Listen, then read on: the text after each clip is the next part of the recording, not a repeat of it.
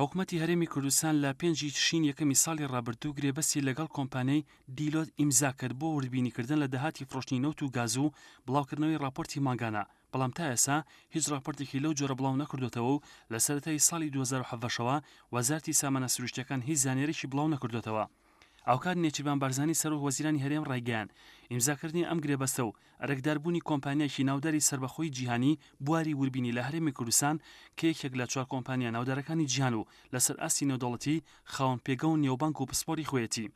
هەنگاوی زۆر جدی و گرنگی حکوومەت هەرێمی کوردستانە بۆ دامیکردنی زانیاری زیاتری و ڕوونی شەفافیت لە پرسی نەوت و گاز و دەداهات و خەرجەکانیدا و نیشانی جدیەت و پابەندی حکوومەت هەرێمی کوردستانە بە چاکسازی و شەفافیتەوە. هەروەها مای دەستخۆشی و پێزانینی لایەنە نێودەوڵەتەکانی بواری چاکسازی و شەفافیەتە.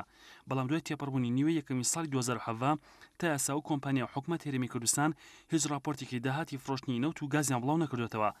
لەسەر ئەو پرسا ڕێواز فایق ئەندامی لیژنەی وزە و سەرچاوە سروشتیەکانی پەرلەمانی کوردستان بە کوردستانی نوێ ڕاگەاندووە لەبەر ئەوەی لە هەرێمی کوردستاندا هیچ فەرمانگەیەکی تایبەتمەند و توانە و لێهاتووی ئەوەی نییە وربینی داهاتی نەوتی هەرێمی کوردستان بکات بە تایبەت دامەزراوەکانی بواری چاودێری و دەسپاشی.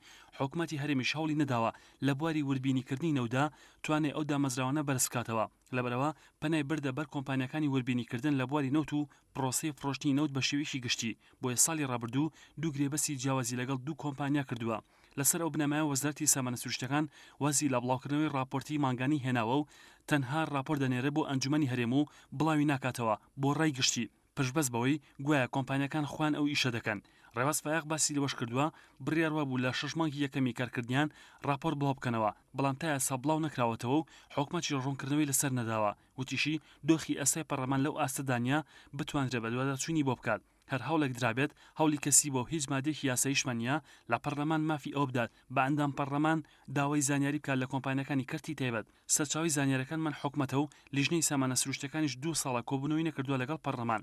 لەبارەی هۆکاری بڵاوکردنەوەی زانیاریەکان لەلایەن ئەو کۆمپانیانەوە پەرلەمانتەرێکی یەکێتی لەو باوەڕەدا نەبوو لەژێر فشاری حکوومەتدا بێت. بۆ پێی ئەو کۆمپانیانە ناوبانگی جیهانیان هەیە و ناکەونە ژێر فشاری حکوومەتەوە و ناوبانگی خۆیان لەکەدار ناکەن. ڕێواز فایق ئاماژەی بۆ ئەوش کردووە ئەو کۆمپانیا و چەندین کۆمپانیای تر ناتوانێت تاوی زانیاریەکان بەدەست بێنێت چونکە تاوی پرۆسەی نەوت و گاز لە هەرێمی کوردستان پرۆسەیەکی پڕگومانە.